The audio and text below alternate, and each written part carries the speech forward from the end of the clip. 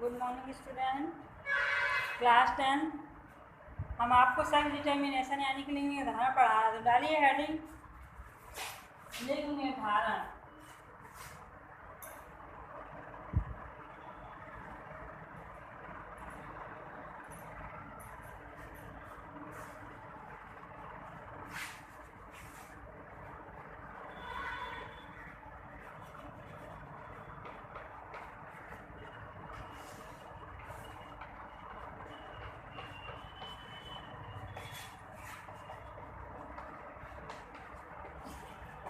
लिंग निर्धारण, sex determination. ठीक है, देखो बेटा, लिंग निर्धारण क्या होता है। लिंग निर्धारण हमने आपको बताया था कि मनुष्य की कायिक और जनन कोशिकाओं में 46 गुणसूत्र होते हैं, बताया है ना।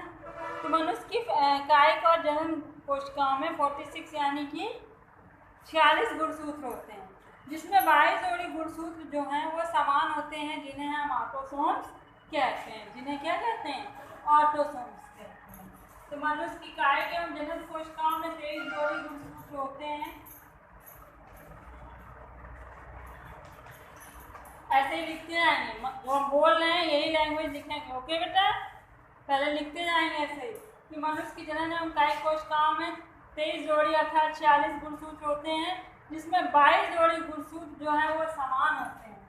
22 जोड़े गुणसूत्र क्या होते हैं? मेल और फीमेल दोनों में समान होते हैं, यानी कि नर और मादा दोनों में समान होते हैं, जिन्हें हम ऑटोसोम्स कहते हैं। क्या कहते हैं? जिन्हें ऑटोसोम कहते हैं। लेकिन जो 23वां जोड़ा होता है, 23वां जोड़ा जो होता है वो मेल और फीमेल में असमान होता है। इसे हम लिंग गुणसूत्र कहते हैं। क्या कहते हैं? इसे हम लिंग गुणसूत्र कहते हैं। लिख लिया इतना? ऐसे बिल्कुल लिखते जाइए। ओके, यही 23वां जोड़ा जो है जिसे हम लिंग गुणसूत्र कहते हैं, ये क्या करता है? ये गुणसूत्र एक दूसरे से, ये जोड़ा जो है मेल और फीमेल में अलग अलग होता है। पुरुष में अगर ये जोड़ा है, 23वां जोड़ा जो है, एक मतलब पुरुष में एक छोटा और एक बड़ा होता है। ठीक है, पुरुष में इस जोड़े के दोनों गुणसूत्र एक दूसरे से भिन्न होते हैं, जिनमें एक छोटा तथा दूसरा बड़ा होता है। लिख लिया? इस प्रकार इसे हम एलोसोम्स या हेट्रोसोम्स कहते हैं। ठीक है, बड़ा गुणसूत्र X गुणसूत्र कहलाता है और छोटा गुणसूत्र Y गुणसूत्र कहलाता है। लिख लिया? समझ आया? क्लियर? फिर उसके आगे देखिए, अगर बेटा पुरुष की जनन कोशिकाएं हैं, किसकी? पुरुष की जनन कोशिकाएं, ऐसे लिख दीजिएगा नीचे, जनन कोशिकाएं। तो अगर वो पुरुष है बेटा तो उसका गुणसूत्र होगा 22 जोड़ी होंगे प्लस XY प्लस XY। समझ में आया? बराबर कितने हो गए? 22 जोड़ी, यानी कि 22 जोड़ी का मतलब हो गया 44, 45 यानी बराबर 46 गुणसूत्र। इतनी बात समझ में आ गई। लेकिन अगर स्त्री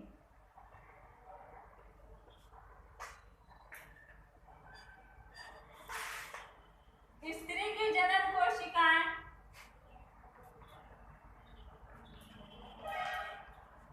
स्त्री की जनन कोशिकाओं में गुणसूत्र होंगे बेटा 22 जोड़े होंगे, जो मेल और फीमेल में समान होते हैं, जिन्हें ऑटोसोम्स कहते हैं, बताया है। और 23वां होगा XX, होगा 46।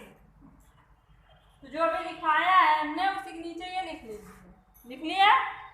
फिर से सुनिए, कैसे लिखेंगे कि मनुष्य की सभी कायिक एवं जनन कोशिकाओं में 46 गुणसूत्र होते हैं।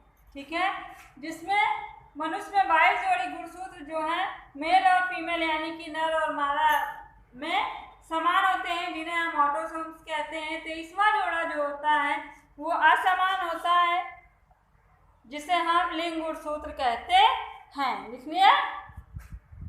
ये गुणसूत्र एक दूसरे से भिन्न होते हैं। पुरुष में इस जोड़े के दोनों गुणसूत्र एक दूसरे से भिन्न होते हैं, एक छोटा और दूसरा बड़ा होता है, जिसे हम हेट्रोसोम्स या एलोसोम्स के नाम से भी जानते हैं।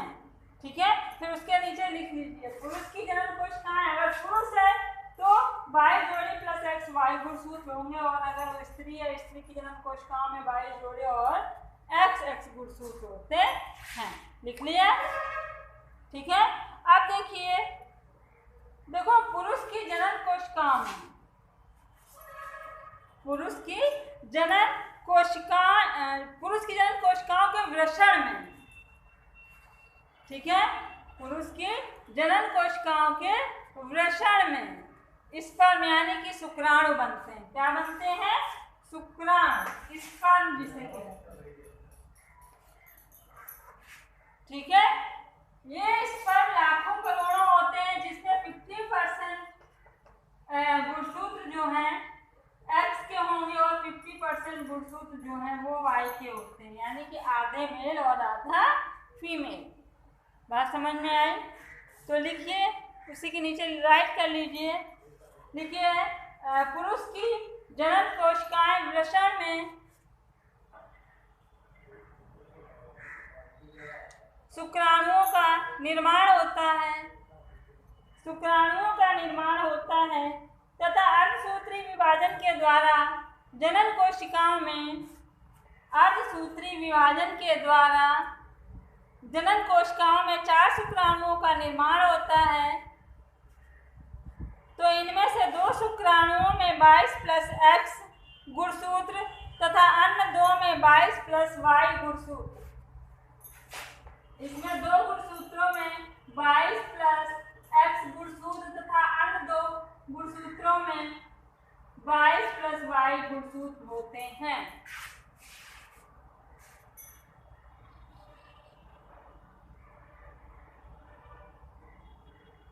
अर्थात लाखों शुक्राणुओं में 50% X गुणसूत्र तथा 50% Y गुणसूत्र होते हैं।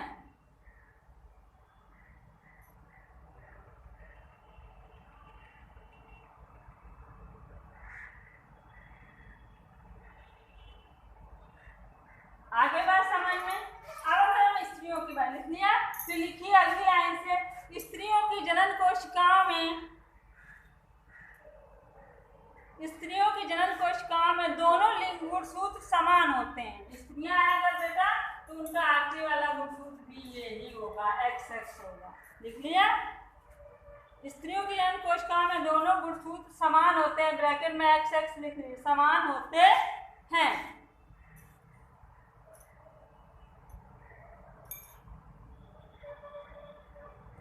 अर्थात अण्ड निर्माण के समय अर्ध विभाजन के द्वारा इसमें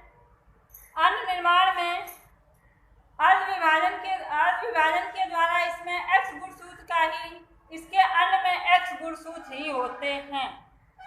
बात समझ में आ गई? क्लियर?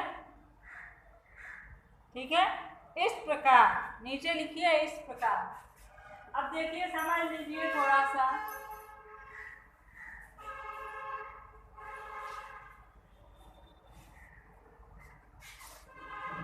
देखो कैसे, ध्यान से समझिए भाई। बाई जोड़ी तो समान है, चाहे वो मेल हो या फीमेल हो, उससे तो मतलब ही नहीं हमको। 23वां जोड़ा ये निश्चित कर रहा है कि होने वाली संतान लड़का या लड़की।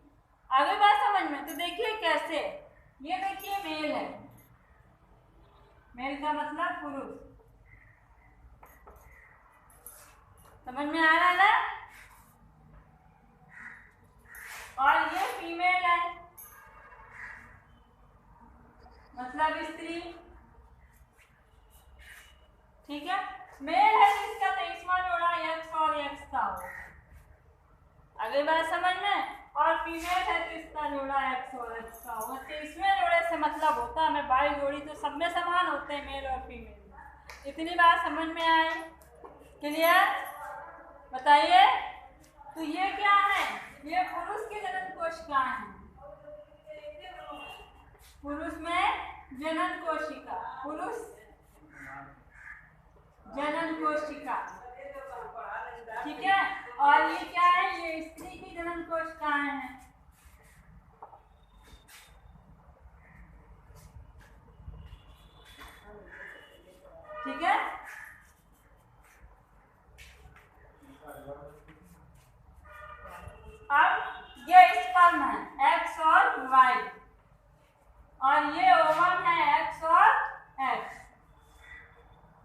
इतनी बात समझ में आए?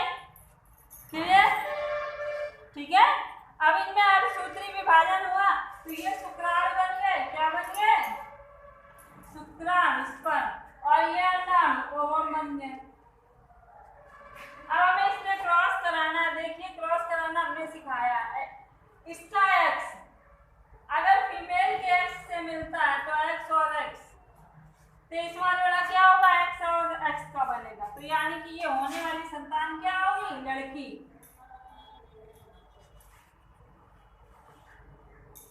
एक्स और एक्स ये भी लड़की होगी। एक्स और वाई ये क्या होगा? लड़का। ये एक्स और वाई ये क्या होगा? लड़का। यानी कि ये लड़की और ये दोनों लड़का। कहने का मतलब 50% लड़कियां बनती हैं और 50% लड़के बनते हैं। इतनी बात समझ में आई? क्लियर हो गया? ठीक है। इसे कहते हैं निषेचन, फर्टिलाइजेशन। आगे बात समझ में कैसे लड़के और लड़की बनते हैं। ठीक है। फीमेल के पास तो एक्स ही गुणसूत्र होते हैं, मेल के पास और एक्स और वाई होता है। आधे एक्स होते हैं उसके पास, आधे वाई होते हैं। अगर फीमेल के एक्स से इसका मेल का एक्स मिलता है तो लड़की बनेगी। अगर फीमेल के एक्स से मेल का वाई मिलता है तो लड़का बनेगा। ठीक है। कहने का मतलब ये है बेटा कि समाज में लड़के और लड़की होने का उत्तरदायित्व जो है वो पुरुष का है, स्त्री का नहीं।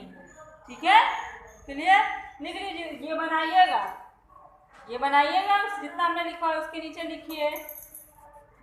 निषेचन के समय दो प्रकार के, निषेचन के समय दो प्रकार के शुक्राणुओं में से एक्स शुक्राणु अंडे को निषेचित करता है।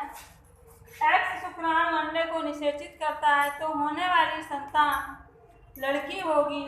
और अगर वाई शुक्राणु अंडे को निषेचित करता है तो होने वाली संतान लड़का होगा। क्लियर हो गया? समझ आया? इसके आगे टॉपिक डाल दीजिए जैव विकास। क्या डालेंगे? जैव विकास। ये आप राइट कर लीजिएगा नेक्स्ट टॉपिक टुमारो।